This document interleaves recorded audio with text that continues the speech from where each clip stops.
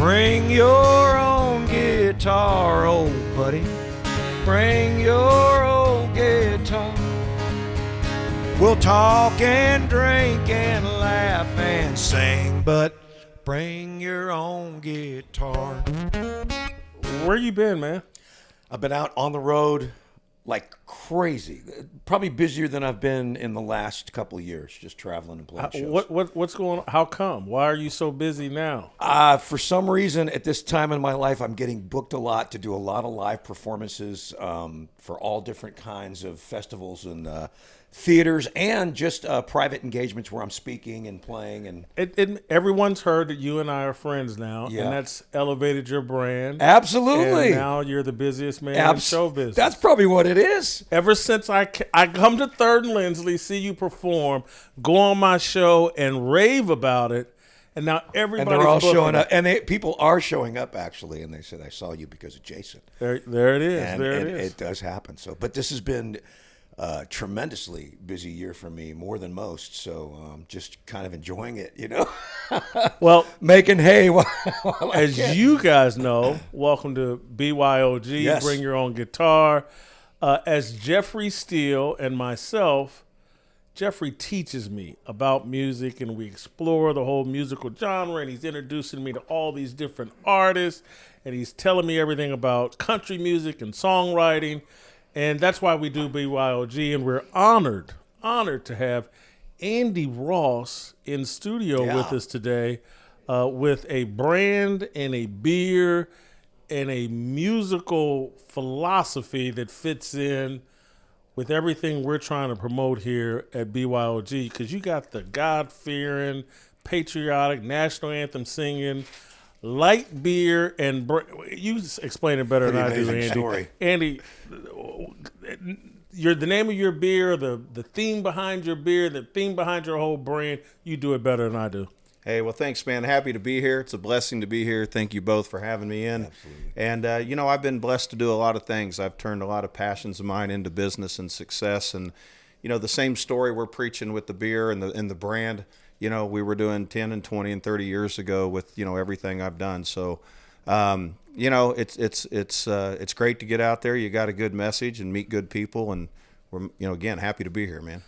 Glad to have you. You've got a unique story that I think a lot of business people, a lot of music people will find interesting.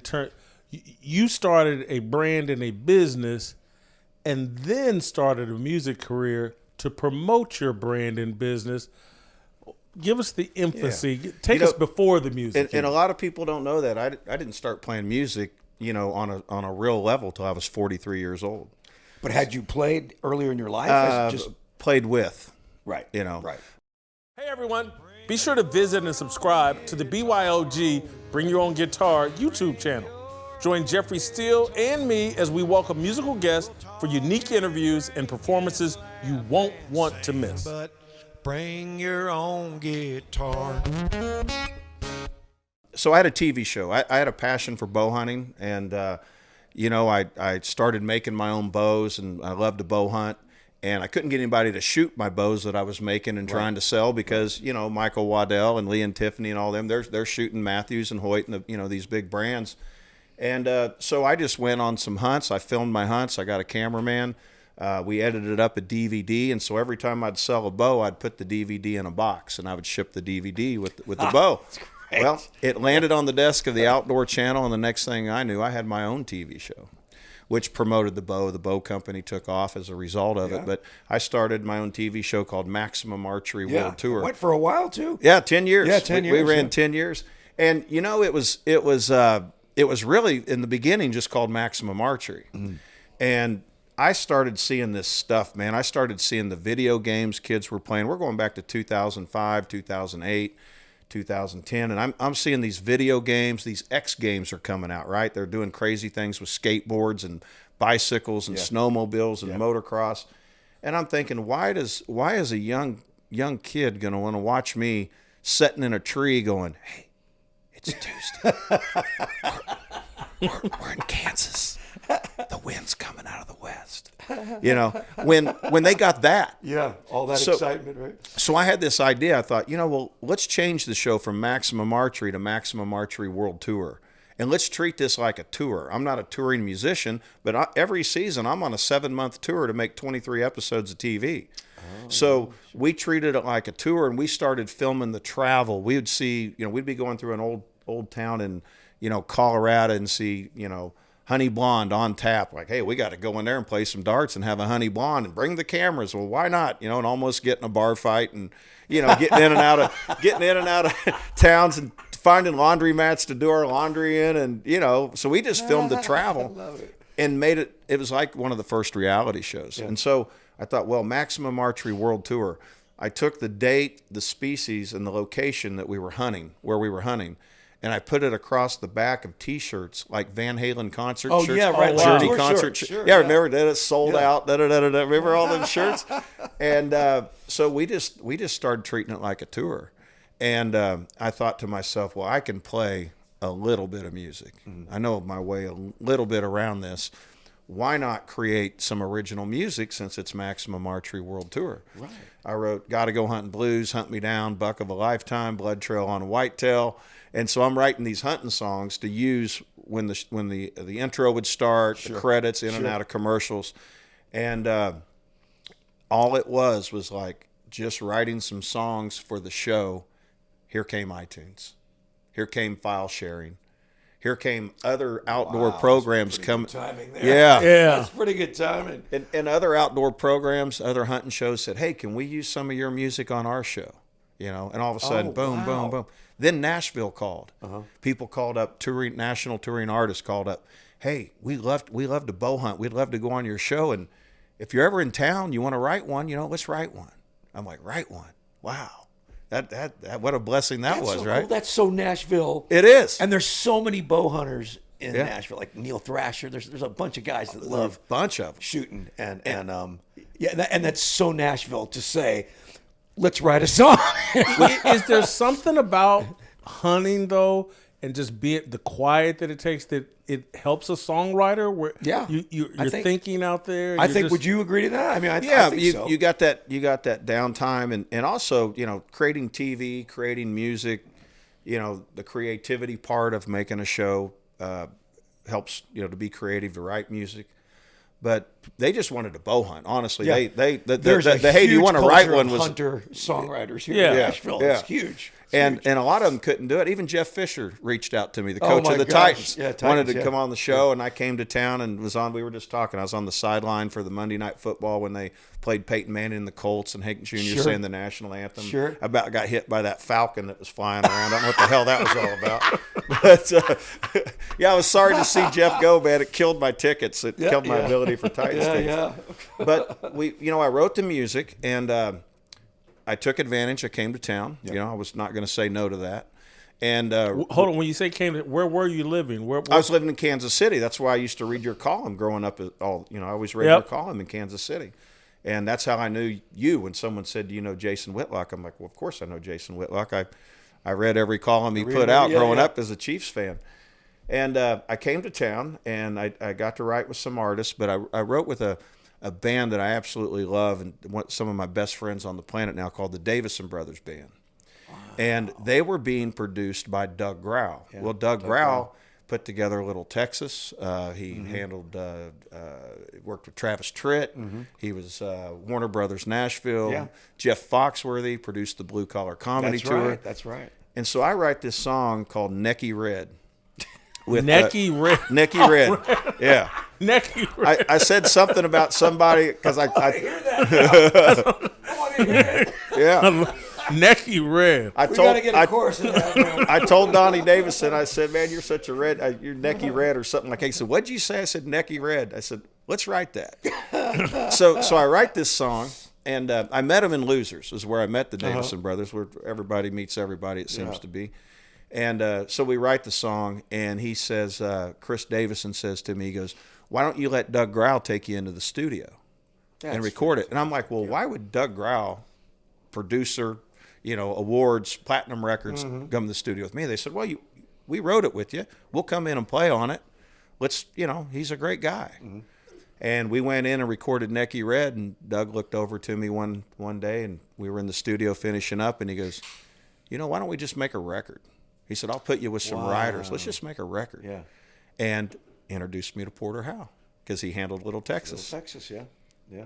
That's how that all started. That's so fantastic. I got a long history with them. And like we were talking before Yeah. about what great guys all of those All guys of in that band are. And they're Talent. still out doing it and kind of having a resurgence in their career, like 20 years after they had a career, right? They're back out and doing their thing. But great guys. Yeah. That's just fantastic. So we wrote, I think Porter, I think when I play live and I have a 14, 16 song set list, probably 80% of the songs on the set list are songs that I wrote with Porter.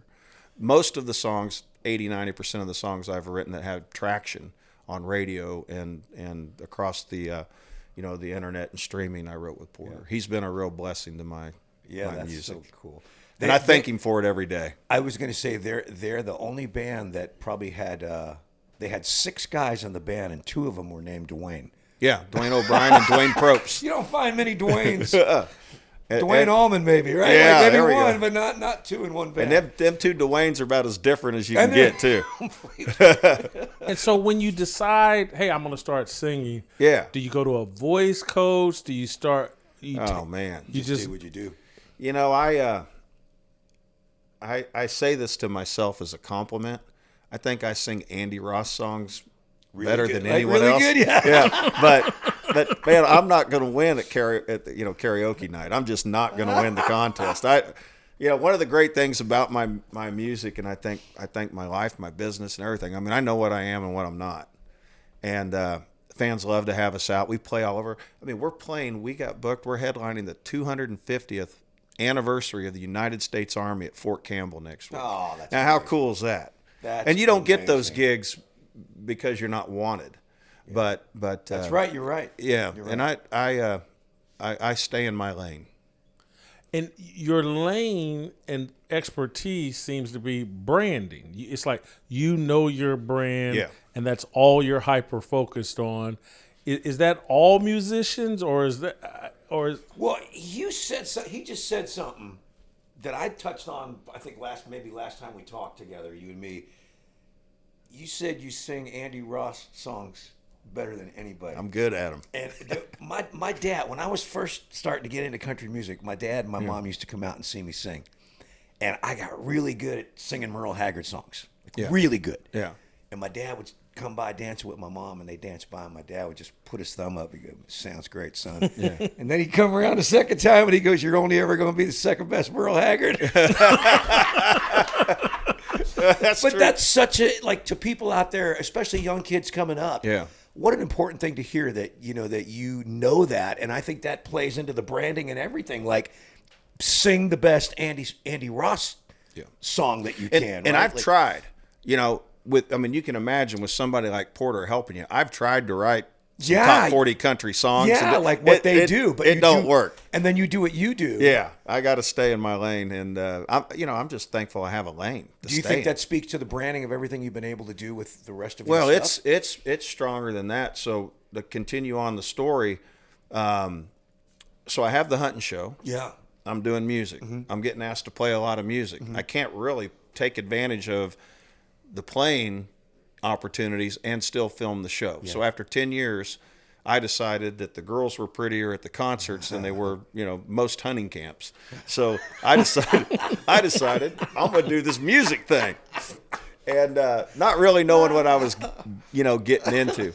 But I had a song I wrote with Porter Howe called American Rebel. And it went viral as a patriotic anthem, landed me on Counting Cars, where Danny built me the Second Amendment muscle car, the Cold Dead Hand Corvette. Yeah. And so I got this, this visibility on the History Channel. That really gave the music a shot in the arm. So this song, American Rebel, goes viral as a patriotic anthem.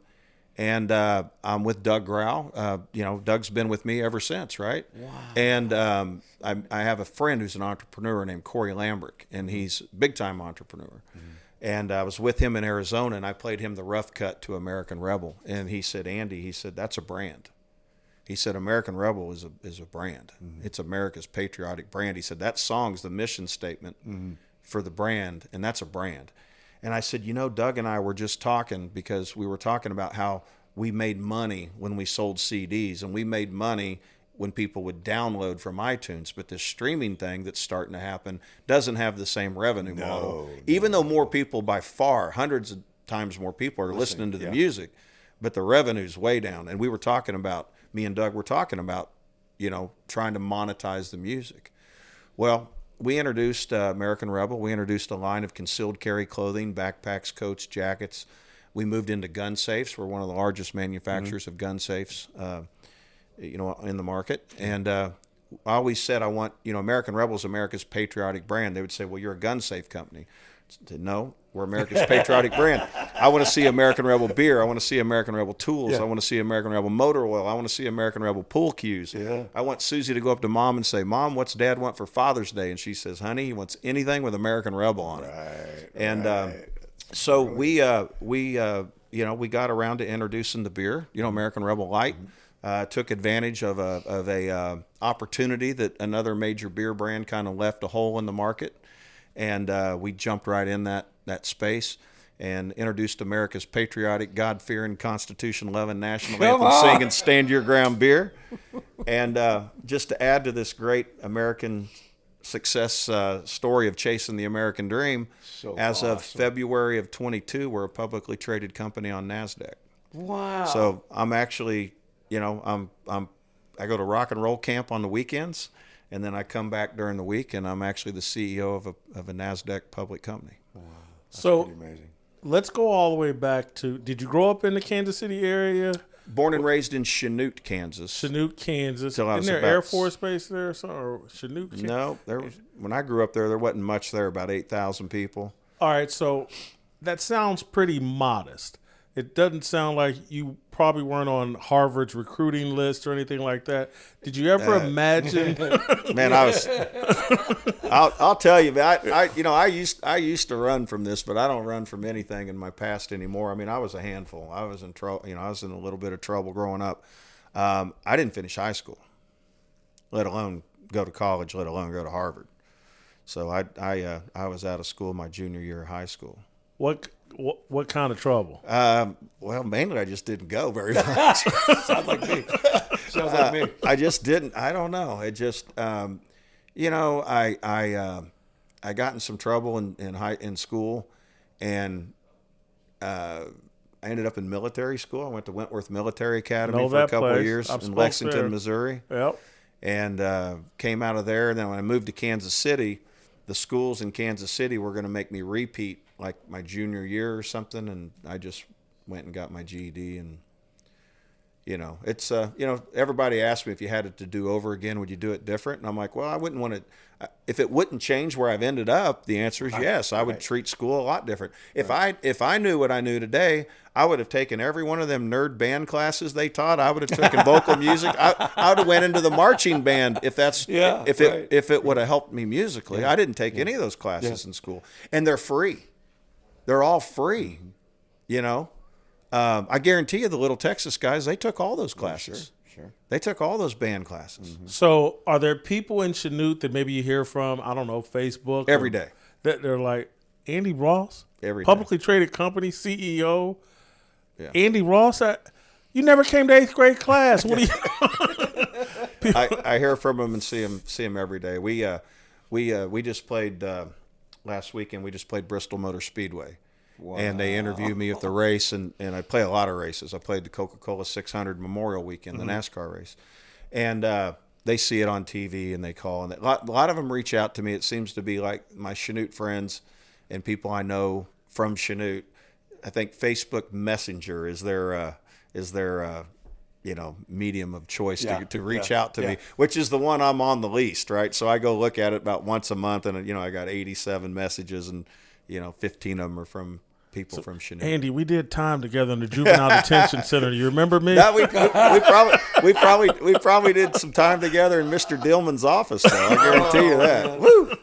I think that was just a class for me. The principal's office was like just a class for me.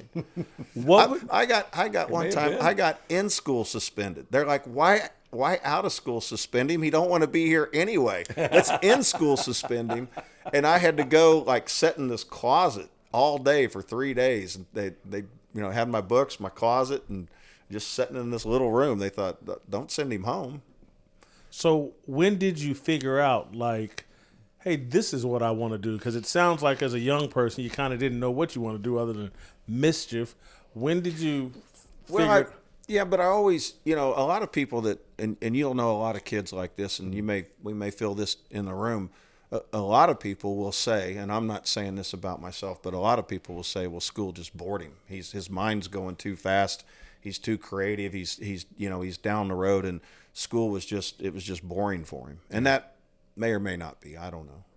I had a problem, maybe listening a little bit, and I did get bored in school. I daydream a lot. I still, my mind drifts. I daydream, and I could go home right now, and if I started watching TV, I'd create something more fun to watch in my mind probably, and that's probably it right there. Yeah, I won't even remember what I'm watching.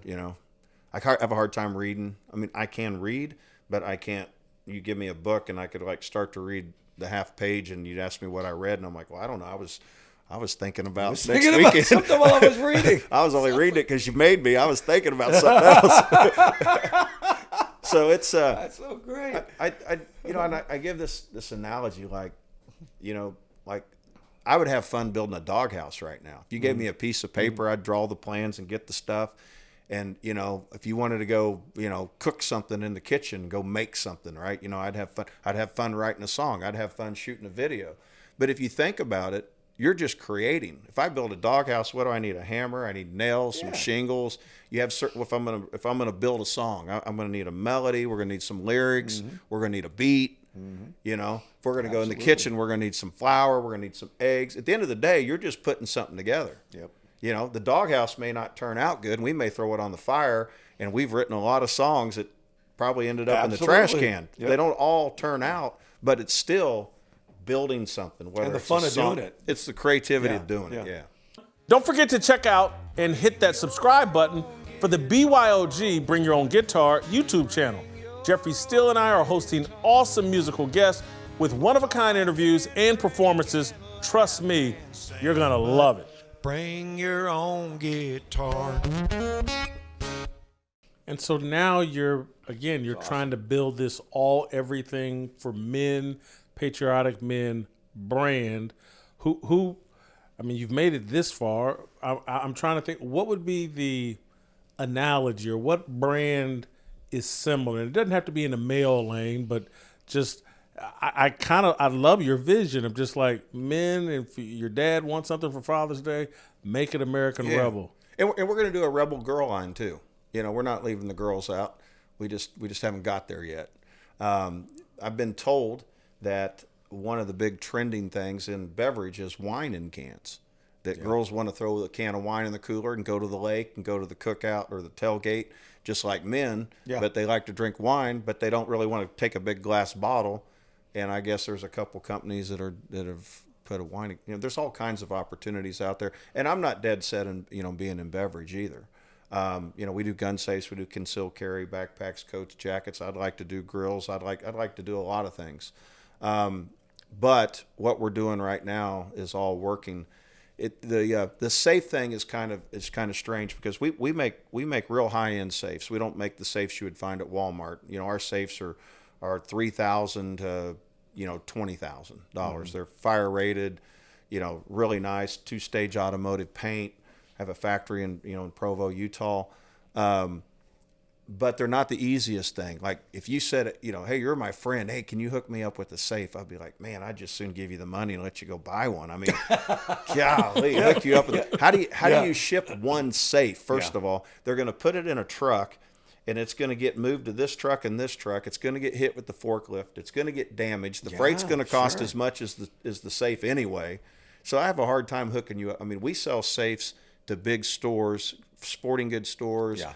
Safe stores, gun stores that buy semis, they'll buy a semi load of safes, or maybe a half a semi, and the semi will go direct from the factory to that dealer to that dealer. You can't just ship these, 1,200, 1,800 pound, 800 pound things, like you're shipping, popcorn.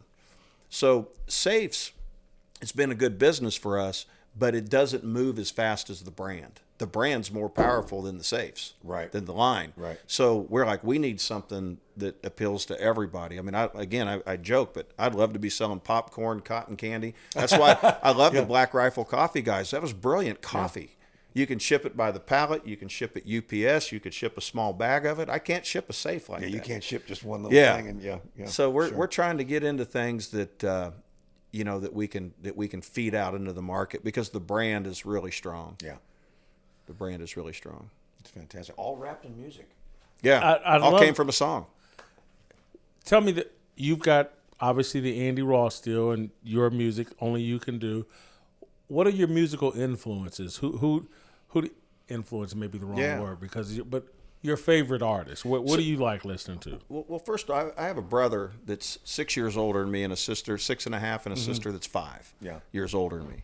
So when I was growing up and my friends were listening to the Partridge Family, You got all there. I was Bob Seger and the was me. Rumors album We're came a out, lot Fleetwood alike Mac in and that Steve respect. Miller and Yeah. golly, Joe Walsh's stuff. I mean, all that stuff came But out. you were hearing all their stuff. That they I had. was the only all my Stealing their friends, records and that was me. hiding in the back seat. Well, in Chanute, what you did for fun is you drug Main. You just went up and down Main Street. Yeah. So they'd take me out till like 9, and then they'd make me go home, and I'd sit in the back seat. And we had 8-track tapes, and then it went to cassettes, of course. So I listened to all that growing up early. But even now today, I love the Black Crowes, and kind of love that rock and roll. I've still got a little boogie woogie in it, and a little blues in it. Yeah. And there's those songs, those country songs that You ever come been along. to a Jeffrey Steele concert? Oh, man. That sounds like a Oh, like a man. boogie woogie. Jeffrey Steele's the only guy on the planet. First of all, he sings the paint off the wall, and plays like, it's unbelievable. And but I've never seen anybody play a song and right in the middle of the song go, "Hey, has anybody said a prayer here today? Everybody bow your heads," and goes into about a 2-minute prayer. Amen. Right back to the song. I was like, that's the coolest thing I've ever seen. I love doing that. I got to catch that concert you just did with Brady and Yeah, Porter. it was so fun. And in the moment of that charity, it was it just Yeah. seemed like the right thing to do. And I usually start with it, but I said I forgot to brag. I need to stop the song. Say my prayer. I've got a song I wrote called "Faith Over Fear," and wow. so it's a Andy Ross gospel song, and you see there on my vest in that picture it says "Faith Over Fear" over here on the side, right where by the neck of the guitar is. It's kind of covered. Oh, up yeah, there. yeah, So you yeah, see it says yeah. "Burning Patriotic Fuel" over on the other side, and I always use that song because it gives me an opportunity to preach for about 15 seconds, and then say, "Look, I'll make you a deal. I'm going to stop preaching to y'all, but you are going to hear one Andy Ross gospel song." Good. And we lay into Faith Over Fear. So It's so good to hear. it's always good to use your your visibility to be a witness. So Absolutely. Absolutely. how long ago did you start American Rebel? How long ago? Because it seems so perfectly timed for right now. Yeah. But it seems like you were ahead of the curve. We were kind of ahead of the curve. We did it we started in 2015 when the song came out on the Time to Fight record, and so 2015 was the official incorporation date of American Rebel. But if you go back to my Andy Ross logos, my American Rebel logo, go back to my Maximum Archery World Tour logos and the Maximum Archery logo, they're all the same color scheme throughout the show. It's the same message, the same vibe, the same thing. Chasing the American dream, pro-Constitution, pro-Second Amendment. Yeah. It's the same message we've been sharing. Now, the political environment of today has kind of made what we've been doing seem like we're trying to ride a bandwagon or something. Right, We're like trying- right away, but you've been on it. We're just doing the same thing Yeah. we've always done, and the politics kind of moved into our space, or we melted into that space. However you want to say it, but the message is the same. We didn't invent the message because it was the popular thing to say today. We've been doing it a long time. You're not distancing yourself from the politics, though. It seems like you're pretty supportive of President Trump. Well, I'm very supportive of President Trump and had the opportunity to have dinner 3, 4, 5 weeks ago at Mar-a-Lago, which was really cool. I'll say this to step away from, everybody assumes I'm right of Rush Limbaugh and conservative and everything. And I'm right of Rush Limbaugh, but go ahead. Yeah, but go ahead. I mean, I'm with you. I'm with you. But what I am saying, what I would like to say, even though I'm very far to the right, very conservative, I also believe that 60-70% of people are pretty like-minded. They put the far left on TV, they put the far right on TV, and they're this far apart. Therefore, it creates good TV. I'm not going to sit here and say, even though I'm as far right as I am, I will not sit here and say that a person who maybe didn't vote the way I voted can't be a patriot. They might believe 80% of what I believe. We may only be 10, 15% apart, and I can get along with that person pretty well. But there are extreme sides to both parties, and I'm gonna march to the beat of my drum no matter what anyone says. But I think where it comes to me is that that finding that perfect blend of how strong right I am and how I feel politically, and then that love thy neighbor, you know. So how do you trying to juggle that? I'm not going to just completely. I just love how you just say you march to the beat. Certain things you said today that are just stand out to me, like you're marching to the beat of your own drum, which is hear a lot of people say that, but I feel like in this climate that we're in right now too, that the biggest minority is the individual. Yeah. Right now, doing his thing, the things that make America truly great. Americans doing their thing, figuring out who they are, and chasing those things. Yeah. Risking failure, risking all things to figure out what that is, and I just keep hearing that as a thread throughout everything he's saying. You got to do it. I love it, man. I love it. I had someone ask me the other day. They said, "Wouldn't it be great if you could predict the future?" Yeah. And I said, "You know what? I am pretty certain I can tell you what the future holds, what the future is going to be. I can tell you what the future is going to be like." And he's like, "No way." And I said, "I think I can. What's the future going to be like?" I said, "It's going to be about like it's always been." That's how it's going to be. It's going to change. It's going to be opportunity. Something's going to change. It's going to be opportunity mixed with difficulty. Yeah. Absolutely. It's going to be, taxes are going to be too high. Winter's coming. Yeah. Golly, it's cold, man. We should stop raining. Boy, we sure could use some rain, Yeah. It's going to be about like it's always been, You're going to get up, you're going to get smacked in the face, and you keep trying, you work hard. It's not a lot different. You help crystallize my actual sincere thoughts. Although I am to the right of Rush Limbaugh, but more than anything, what I am is, and again, you don't have to get dragged into my stuff. We can just talk about what an idiot I am. But what I mostly am, I can't take people that benefit from America but don't love America or aren't patriotic. That's my line in the sand. Man, I don't like amen. Those people. Yeah. That's a tough one. It's a tough one to take. It's a tough one to take. Because we all benefit from it. It's. I'm certainly, Jeff, my memory's a little bit fuzzy, but just listening to Andy's background, knowing my own background, I know the opportunities that have been presented to me here in America, and I know where I started out, nothing. Yeah. And I know in virtually no other country could I have what I have and been able to build other than here in America. And when I hear people... And it was about you being you, right? Yes. Figuring out who you were, right? But right? That's the thing that has... You're hitting on the other thing, because I was just thinking about this yesterday. It's just like how much America has changed in my lifetime. Yeah.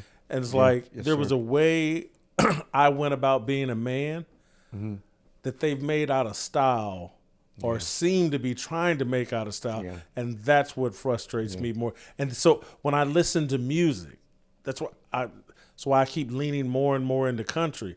It's masculine. Mm-hmm. And a lot of this other music is very feminine. It's very victim-y. And it's just fingernails on a chalkboard for me. Yeah. Yeah, I get it. I completely get it. I see too, like when I see the result of what's been happening in the world too, and you look around, and you say the hard part of like defending our country is that they're allowed to do all these things. They're allowed to have these freedoms to do that if they want to do that.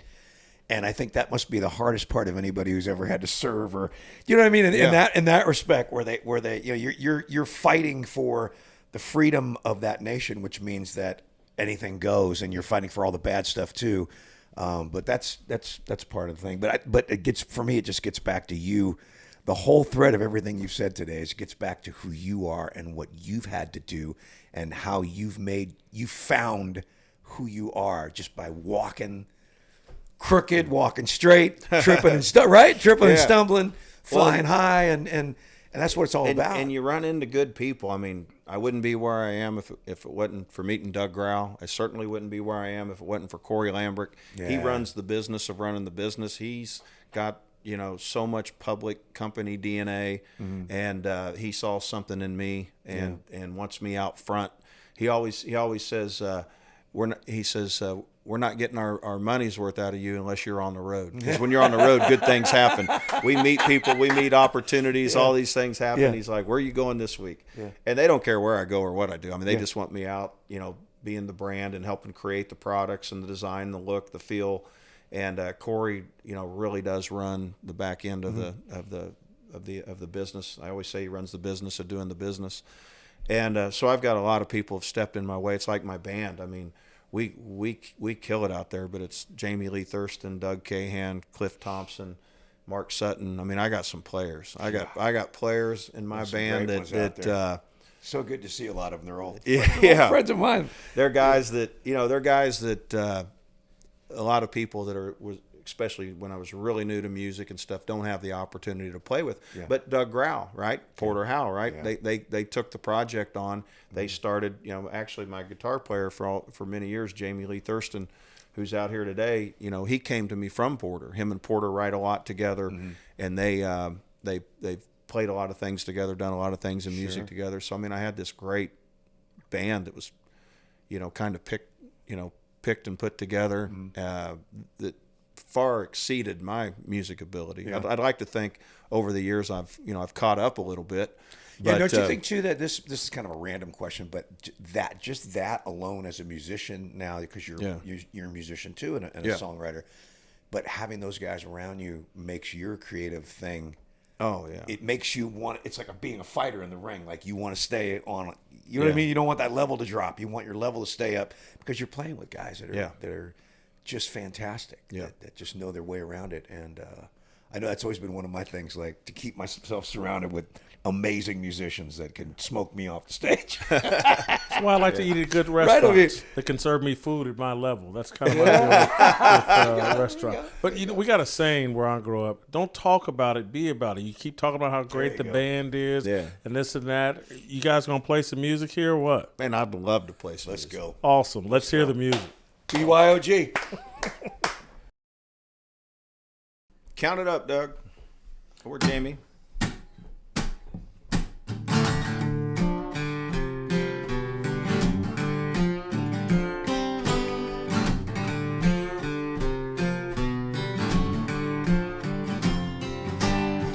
Calling all you hippies and outlaws, calling all you suits and ties, calling all you prima donnas, got a little wild child trapped inside, calling all you cops and robbers, cowboys, Indians, and sidekicks too.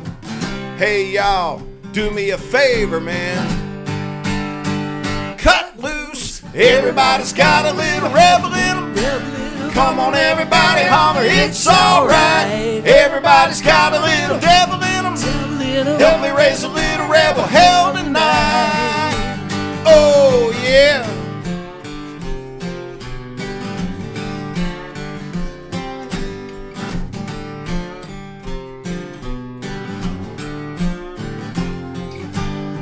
I'm calling all you men and women, gather round you boys and girls, calling folks from all religions, all around this great big world. Give me your high and mighty, give me your meek and and mild. Lovers, fighters, truckers, and bikers, saddle up. Let's ride. Everybody's got a little rebel in them. Come on, everybody, holler, it's alright. Everybody's got a little devil in them. Help me raise a little rebel hell tonight. Oh, yeah.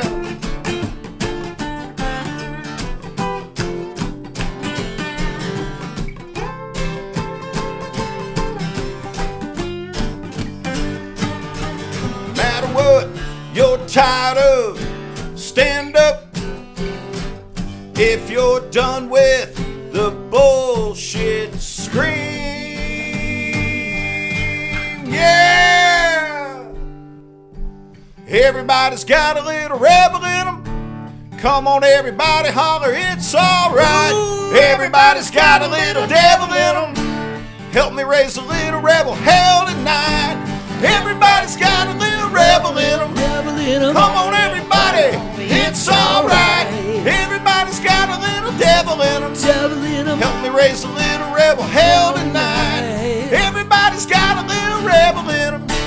Come on, everybody, it's alright. Everybody's got a little devil in them. Help me raise a little rebel hell tonight. Oh, BYOG, come on.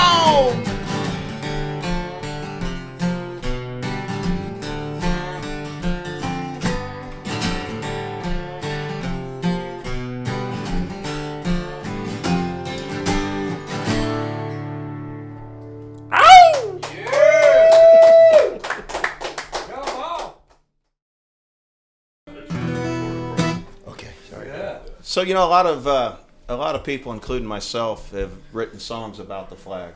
The late, rest his soul, Toby Keith. Many people have written great songs about the flag. But one day I was, I was sitting around and watching some stuff on the news and on TV that, just didn't set right with me. And I thought, what if the flag could write the song? Instead of writing a song about the flag, what if the flag wrote a song about us and what it sees? And I called my buddy Porter Howell, and he was out on the road doing his little Texas show, and he said, "Yeah, man, I'll be home Monday. Let's write that Tuesday." And so I love the way it turned out. So we're going to do that for you. It's called "I Stand for You."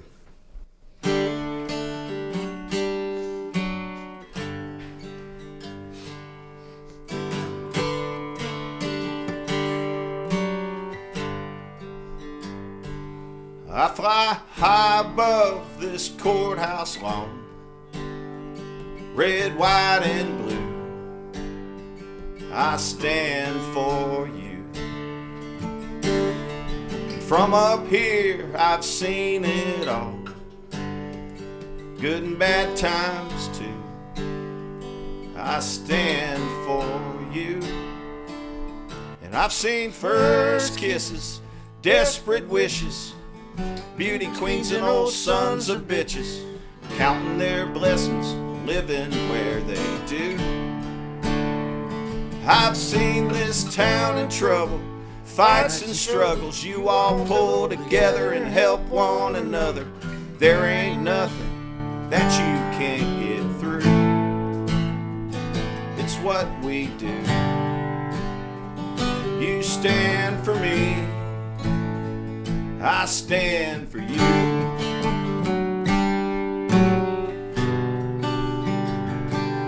Put your faith in family, friends, and God, freedom and truth, and I stand for you. And I'll fly forever, I'll never stop.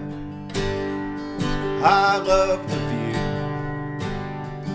I stand for you.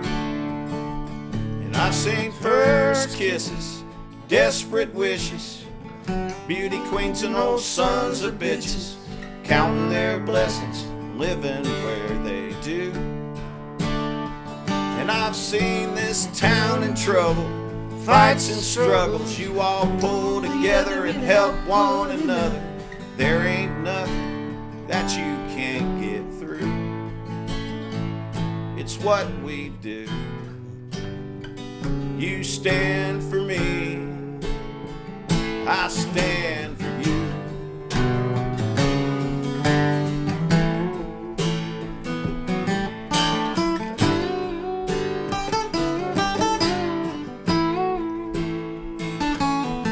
May no man ever take me down. May my stars and stripes never touch the ground. I stand for you. I stand for you. You stand for me.